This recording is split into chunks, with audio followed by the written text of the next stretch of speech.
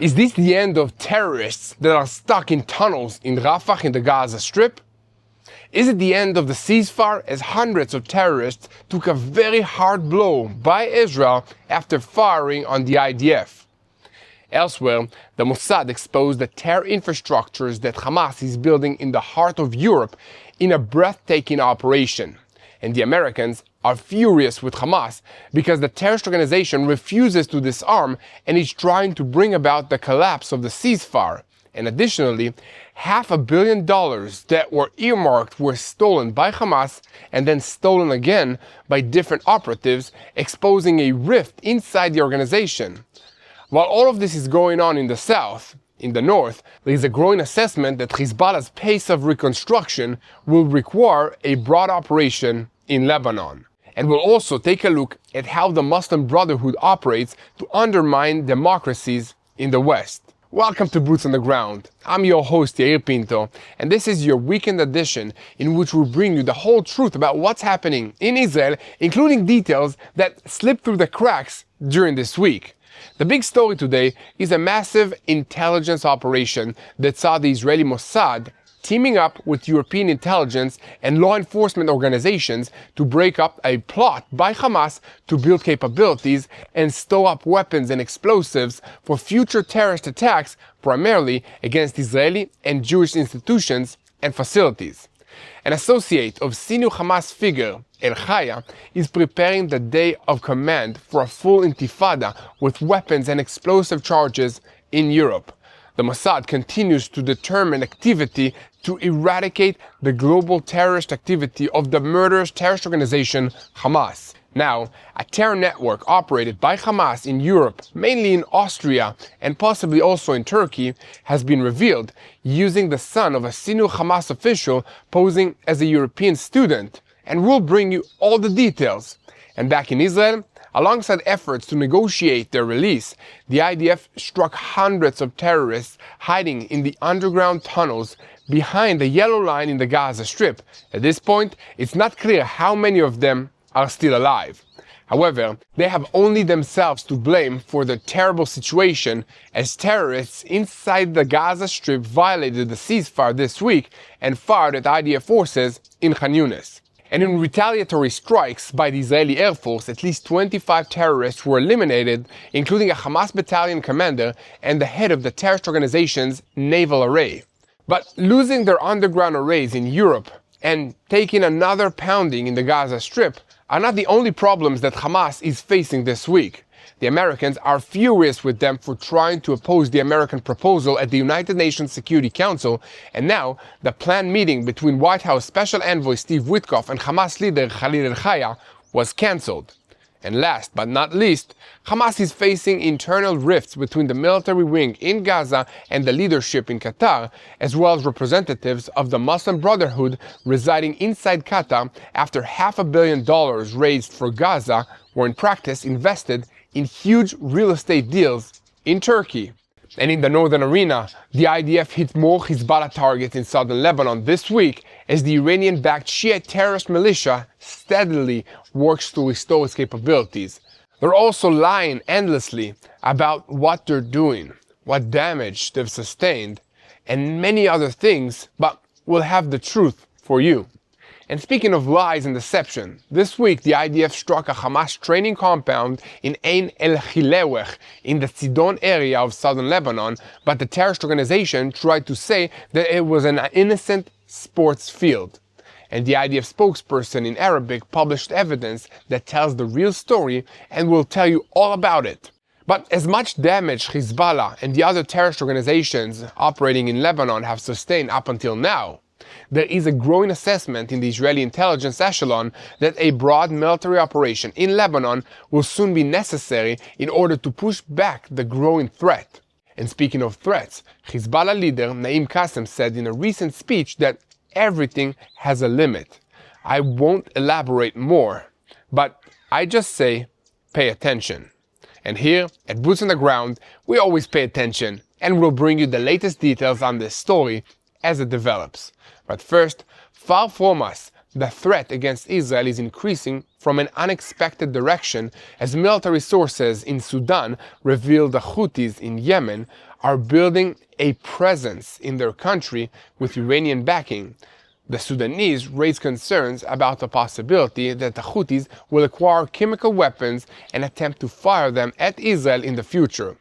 So we have a lot to talk about today, so let's dive into the details. I'm Yair Pinto, and this is your Boots on the Ground report. This is a weekend edition, bringing you the whole truth of everything that's happening in the war against Hamas, Hezbollah, the Houthis in Yemen, and all the other proxies that are operated under the orders of the Islamic Republic of Iran.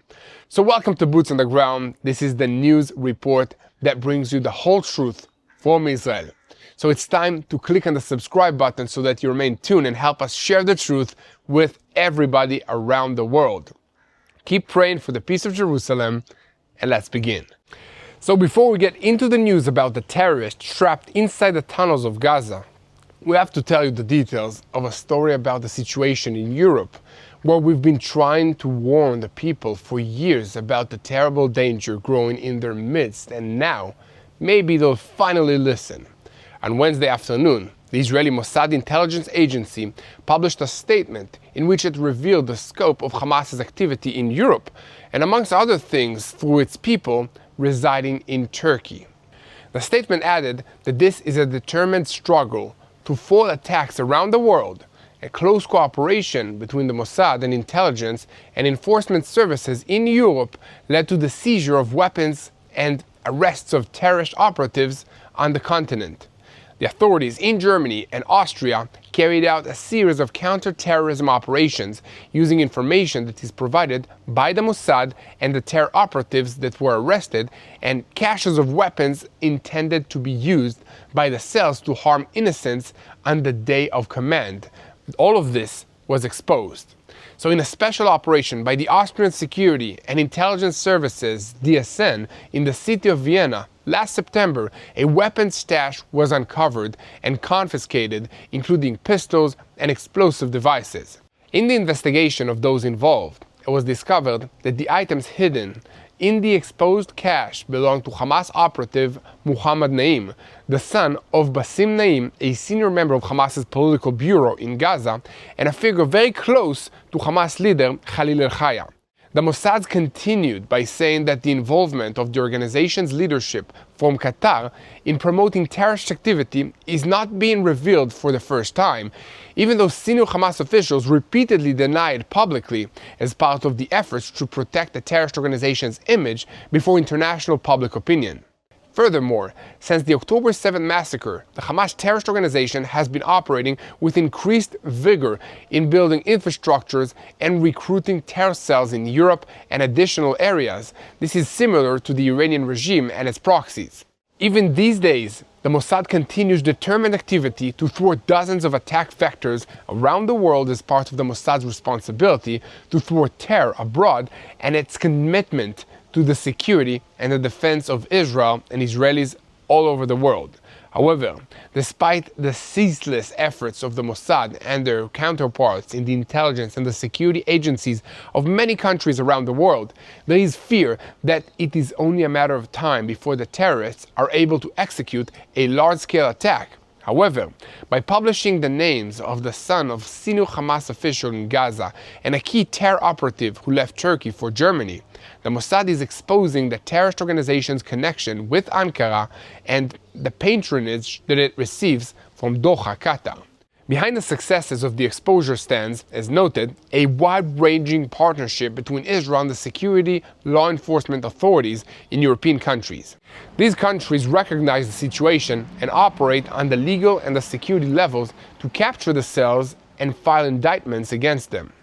The Mossad's cooperation with intelligence organizations in Europe is large and broad, and it continues despite criticism of Jerusalem by some of those countries and by a growing chorus of nationalist influences in many Western countries.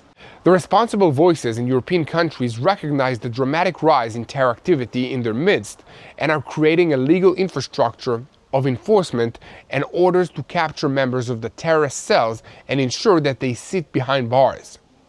I have a brief comment to make about all of this.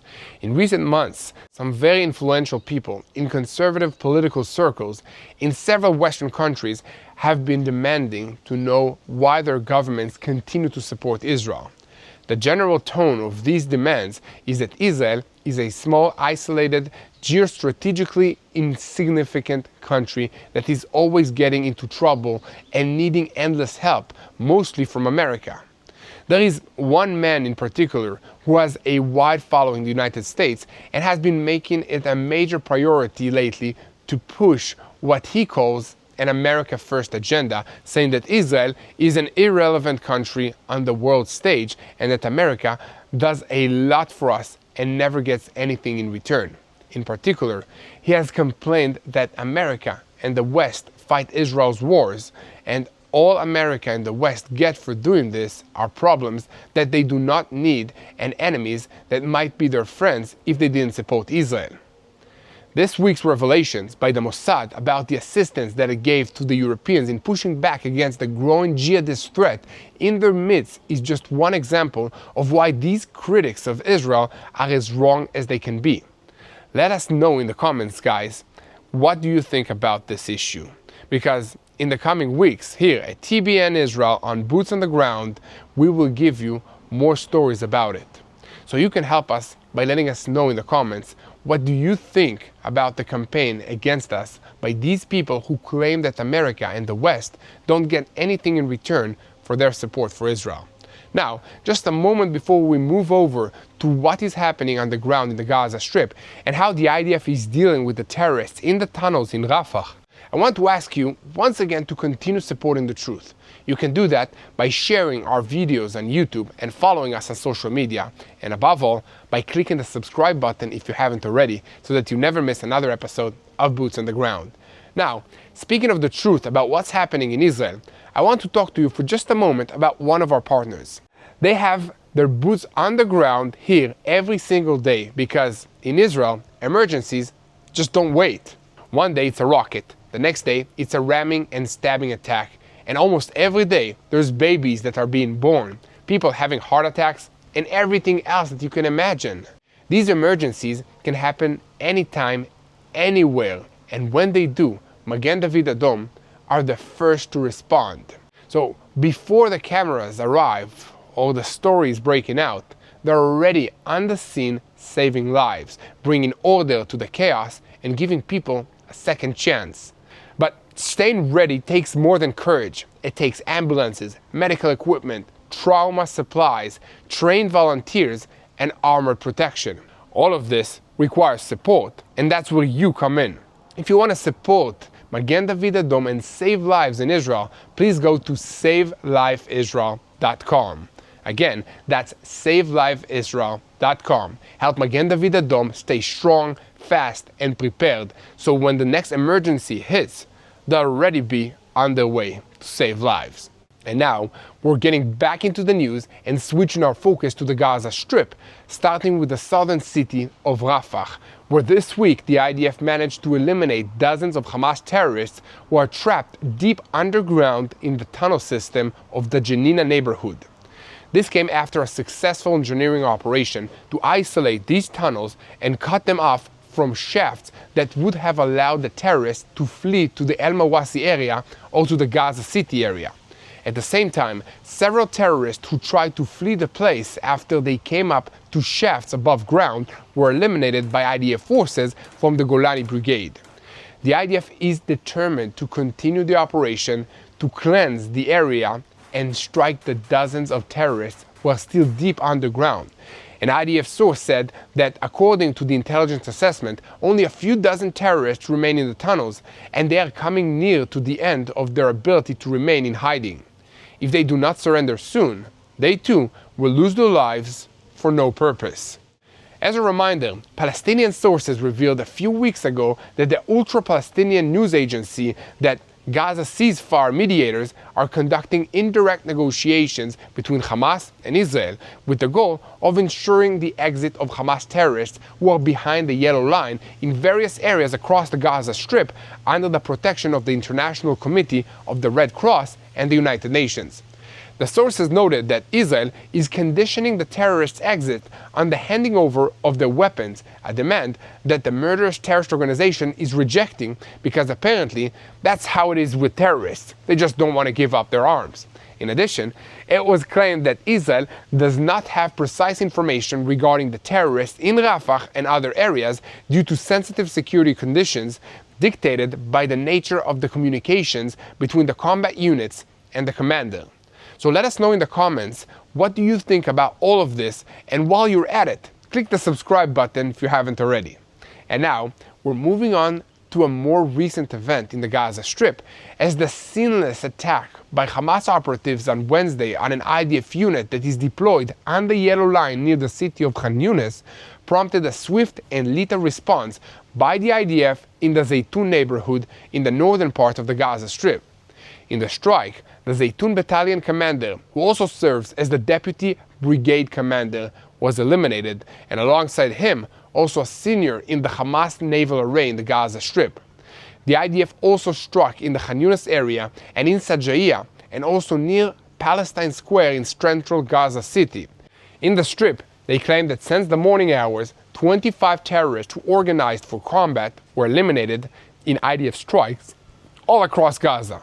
Prior to the shooting attack near Khan Yunis, another incident occurred, and according to the IDF, in which the combat team of the Carmeli Brigade identified terrorists who crossed the yellow line. According to an IDF statement, the terrorists approached the forces deployed on the northern part of the Gaza Strip in a manner that constituted an immediate threat to them. Immediately after identification, the forces fired and eliminated a terrorist to remove the threat. And this week, all the attention was focused on the vote in the United Nations Security Council that approved the plan to put forth by the President of the United States, Donald Trump, that will end the war in the Gaza Strip. However, on the ground, not under Israeli control, beyond the yellow line, the terrorist organization continues to grow stronger. Hamas is managing the part under Palestinian control in the Gaza Strip in the absence of an alternative, imposing taxes and executing people that it says are criminals. And meanwhile, Hamas operatives also supervise the entry of aid and prevent its looting, at least according to the United Nations. And since the ceasefire came into force on October 10th, the withdrawal of the IDF forces, Hamas has deployed its forces in the streets of Gaza, saying it was to impose order on the chaos that erupted there. But even though the terrorist organization brought disaster upon the Gaza Strip, the United Nations declares that it is pleased with the fact that Hamas members succeeded in reducing the level of crime in the streets, especially looting. Apparently, the United Nations is fine with public executions of civilians, Palestinians, inside the city squares. Because at the moment, they are giving legitimacy to Hamas's atrocities. And speaking of Hamas, evidence has emerged this week that $500 million in donations that were collected for the hungry and poor people in the Gaza Strip did not reach its destination, but instead was invested in huge real estate deals in Turkey. This is creating a rift in the terrorist organization's leadership, as according to reports, those who raised the money were a giant foundation of the Muslim Brotherhood with the support of the organization's leadership. And many Hamas operatives were employed as clerks in the foundation and exposed the affair already about a year and a half ago. However, at that time, it did not get much attention in the media. There are many reasons for this, including a successful campaign to keep the story quiet by Khaled Mashal, a senior Hamas figure and former head of the terrorist organization's political wing, who sits in Qatar. This is because his son-in-law is employed by the said foundation and earns millions of dollars from it.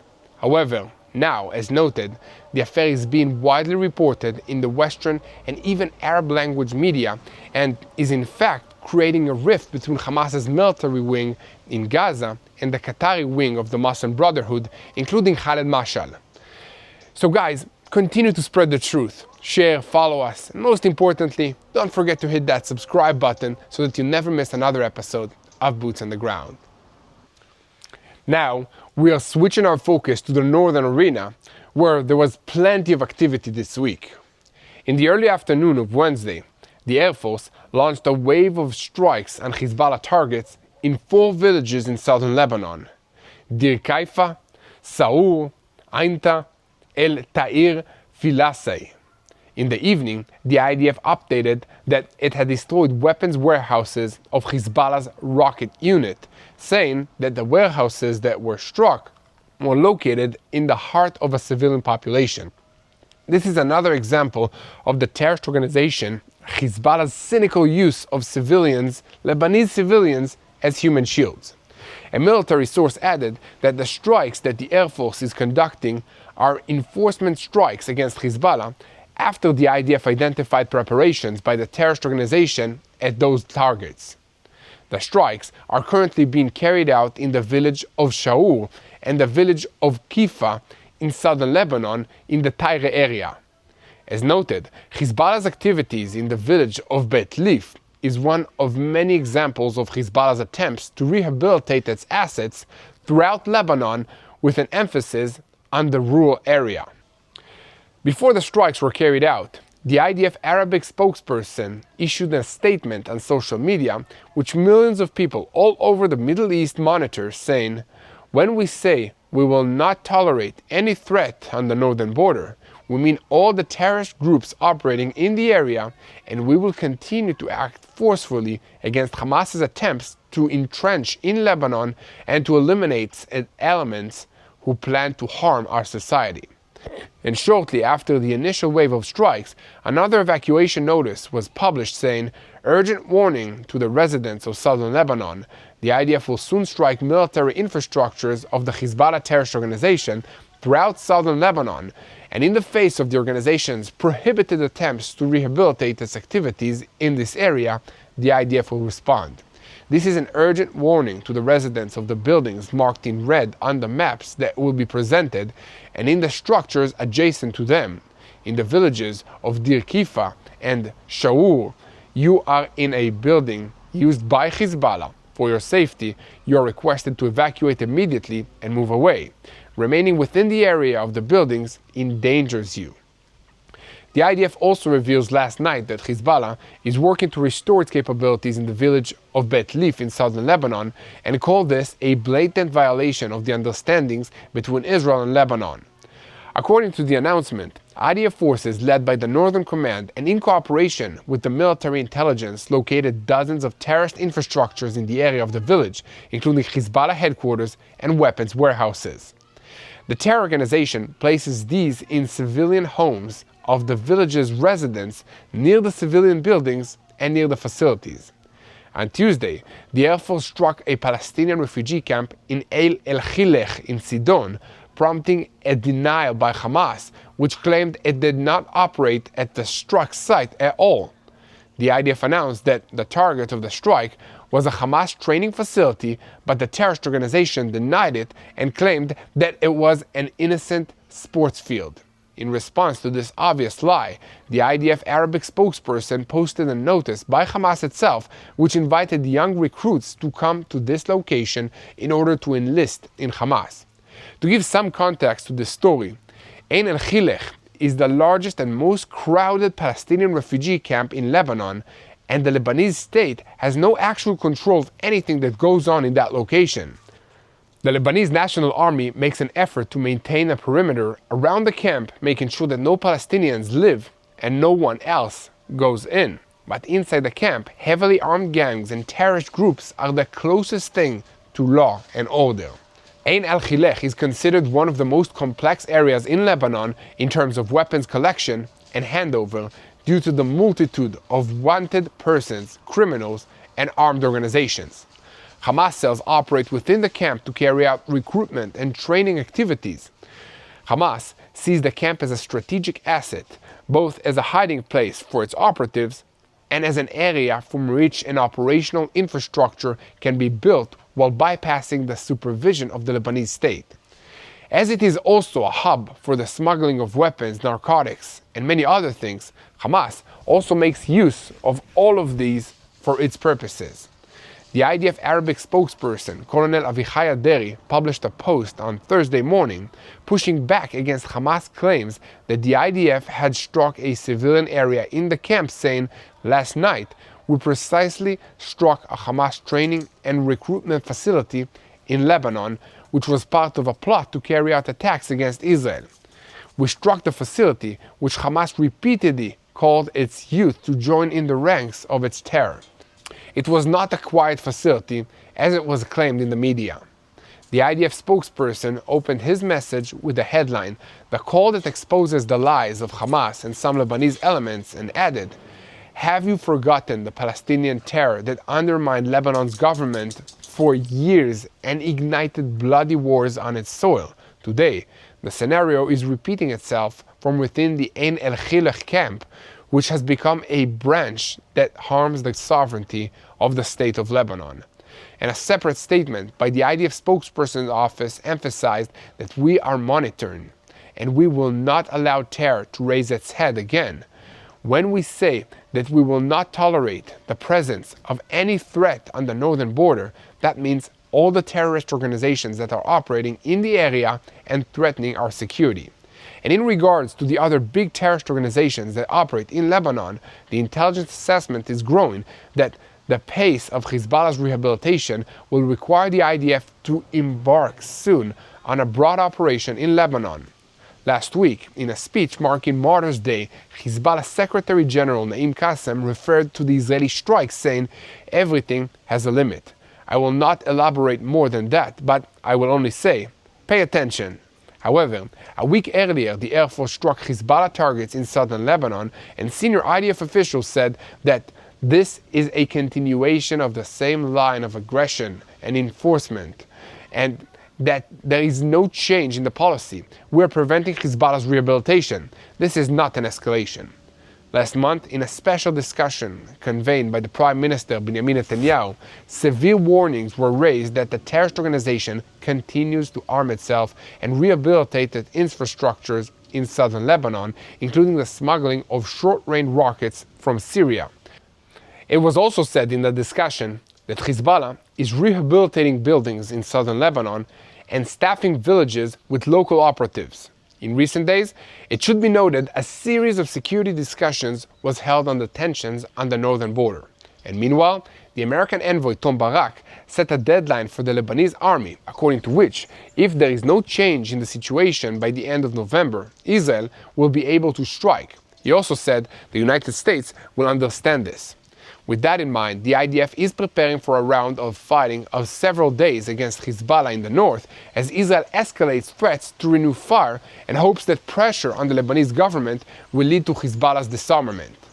Here at TBN Israel, we will continue to bring you the whole truth day by day, and we need your support. So leave a comment, share this content, and of course, make sure to subscribe so that you never miss another episode of Boots on the Ground. Now, we're switching our focus to regional developments as Saudi Crown Prince Mohammed bin Salman visited the White House on Tuesday and emerged with a commitment that America will sell the F-35 jets to his country. On Wednesday, Israel's Energy Minister Eli Cohen responded to the journalist's question about this, but saying that the United States also has more advanced tools than the F-35s that they can offer us in return. It is also important to remember that less than 3 weeks before the October 7 massacre in September 2023, bin Salman gave a rare interview to Fox News, in which he said, amongst other things, that every day we're getting closer to an agreement with Israel. However, the war reshuffled the cards, and while normalization between Saudi Arabia and Israel still does not appear on the horizon, bin Salman's visit to the White House resulted in several major achievements that until now seem to depend on an agreement with Israel. President Trump's agreement to sell him the F-35s was only the most high profile of these achievements, along with the Trump declaration that Saudi Arabia is a great ally of the United States. This simple statement appears to put to rest the coolness that had characterized relations between Washington and Riyadh for the past several years, following the murder of journalist Jamal Khashoggi in Turkey in 2018. Bin Salman was accused of personally ordering this assassination, leading to many American officials shunning him. But now, all that is behind us, or so it seems, And here in Jerusalem, officials have quietly said that they will not oppose the sale of the F-35s to Saudi Arabian Air Force as long as Saudi Arabia normalizes relations with Israel. But in Riyadh, they seem to think that they have managed to separate the two issues, and they might be right. A senior Israeli official told American media this week that it is very worrying that Riyadh is receiving these aircrafts without real progress on normalization with Israel. The official added that for many years we carefully ensured that no one in the Middle East would have the same aircraft and the same capabilities as ours. The hardware is not exaggerated. This is not good for Israel. Israel's qualitative military edge in the Middle East could be eroded if additional countries in this region hold the advanced stealth aircraft or other fifth-generation jets, mainly because of their unique detection, processing, and networking capabilities, which grant Israel an advantage others do not have. It was also noted that missions that the IDF performs in the Third Circle using the F-35 Adir aircraft rely on Israel's exclusivity to this platform in the region, which enables covert and deep activity far from the state's borders. This exclusivity could be harmed if identical aircrafts are in the hands of other militaries, including Saudi Arabia. It is also important to note that, against the background of Washington efforts to reshape the Middle East, the American president chose to entrust the mission to a group of wealthy associates and not to the professional ranks at the State Department, the Pentagon, or the CIA. It is also important to note that Mohammed bin Salman had several objectives for his visit to the White House, and chief amongst them was his desire to strengthen his standing as the sole ruler of Saudi Arabia. Although he has not yet formally inherited the throne, his power and influence far exceeds those that the kingdom's founder, Abdulaziz, had, and his goal now is to realize the authorities that he has already accumulated and to ensure that he has no rivals at home. Furthermore, according to the Ashrak al-Awsat newspaper, no essential change is expected in Saudi foreign policy in the near future. However, the visit included the signing of the mega deal amounting to hundreds of billions of dollars for American investments, in addition to the $600 billion that were promised during Trump's visit last year. Also, although it has made a lot of headlines all over the world and raised concerns here in Israel, the F-35 deal, if it materializes, is not expected to change the balance of power for all kinds of reasons. To start with, President Trump's declaration that the United States will sell the plane to Saudi Arabia is just the first step in the whole process. Now, there will have to be negotiations over the contract, which can take a very long time, and it will have to be completed before the planes begin to be manufactured, and that can also take a very long time. So it is unlikely that Saudi F-35s will be flying in the Middle East before the end of this decade. Even when they do, these aircrafts will not be as advanced as the ones that Israel, the United States, and the United Kingdom and other NATO allies are flying.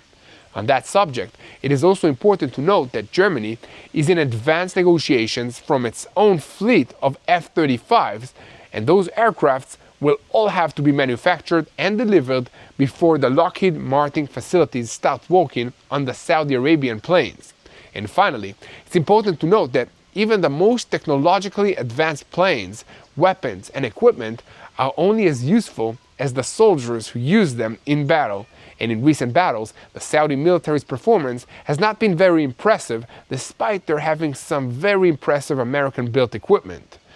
Bin Salman himself has drawn lessons from the heavy price that Saudi Arabia paid in the Yemeni theater in recent years, and he has always preferred to focus on economic developments, investments in culture and sports, and minimal external involvement, except for issues in which Saudi Arabia has a clear strategic interest. Accordingly, he is not expected to normalize relations with Israel at this stage, not even in exchange for a limited number of F-35 aircrafts. Furthermore, even a potential defense agreement with Washington, if signed, will look more like the arrangement with Qatar, entirely dependent on a presidential order and subject to cancellations, unlike Washington's alliances with NATO, Japan, or South Korea. So regarding the civilian nuclear program that Saudi Arabia seeks to promote, control will remain fully American without technology transfer. In the field of artificial intelligence, AI, Saudi Arabia will be defined as a commercial partner only, not as a development partner. With all of this in mind, it's also important to note that this is bin Salman's first visit to the United States since 2018. Security officials assessed that the change of administration in Washington has completely changed the way he is perceived, from a figure tied to the Jamal Khashoggi murder affair to a leader received with honor, many thanks to the scope of investments that he brings with him to the American economy. And here at TBN Israel, we'll continue to report on every development on this subject, so keep spreading the truth, share and follow us. And most importantly, please subscribe to this YouTube channel so that you never miss another episode of Boots on the Ground. Now, we conclude today's report with news about the threat to Israel from a new and unexpected direction. After Israel's dramatic strikes against the senior officials of the Houthi regime in Yemen, a military source in Port Sudan, the main port city in eastern Sudan, revealed the presence of prominent Houthi leaders in his country. The Sudanese newspaper Idrak reports that senior Houthi figures were seen at a base called Flamingo, north of the port of Sudan, in coordination with Iran and Islamist leaders. The military source noted that senior Houthi leaders arrived in Port Sudan a week ago, hinting that this was intended to exploit the Sudanese coast and divert attention from areas under Houthi control in Hudaydah and Sana'a that were hit in previous rounds of the Israeli strikes. And according to the Sudanese report, the East Africa region from Somalia to Sudan offers opportunities for the Houthis after the combined naval forces closed smuggling routes from Oman and Somalia. Iran strengthened its ties with the authorities in Port Sudan and with the Al-Shabaab movement in Somalia to expand its influence and create an outlet for Houthi movement. The source told the Idrak media portal that the Houthis expanded their influence to the Sudanese coast with Iranian support and have largely transferred their activity to African countries bordering the Red Sea, mainly Sudan, in order to smuggle weapons to Yemen after being squeezed in the Arabian Sea and the Indian Ocean. Furthermore, according to the report, evidence indicates that Iran transferred drones and missile systems of the Muhajir 6 and Abdil types to Sudanese army and to Islamist militias in mid-October. This flow of weapons continues, even as the Trump administration imposes new sanctions on General Burhan and his Islamist allies, citing reasons including the documented use of chemical weapons. The source added that Houthi leaders play a central role in the military operations in Port Sudan against the rapid support forces fighting Burhan. As a result, they are part of the network through which Iran transferred weapons, raising concerns about the possibility that the Houthis will acquire chemical weapons to threaten their neighbors and possibly Israel as well. The source went on to say that there are three main Houthi leaders in Sudan at this time, headed by a brigadier general named Akil El-Shami. The other two, according to the source, are Brigadier General Zaid Muyad, who oversees the transfer of weapon shipments from various places to the Hudaydah coast, and Brigadier General Hamza Abu Talib, the Houthi official responsible for managing their operations on the border. And here at TBN Israel, we will continue to report on every development on this subject. So keep spreading the truth, share, follow us, and most importantly, do not forget to pray for the people of Israel, pray for the IDF soldiers wherever they are in the air, at sea, and on land. Pray for the peace of our leaders and for wisdom to make the right decisions, the godly decisions. Pray for Israel and for all of those that are affected by these terrorist regimes, if it's in Lebanon, if it's in Syria, in Yemen, in Africa, and in Iran. And let's pray for the peace of Jerusalem. Hello, this is Mati here in Jerusalem with TBN Israel. This is Yair Pinto from TBN Israel here in Jerusalem. TBN Israel is keeping viewers informed with Israel-focused news, culture, and what God is doing in this land. Support TBN Israel today online at tbn.org/Israel. Thank you.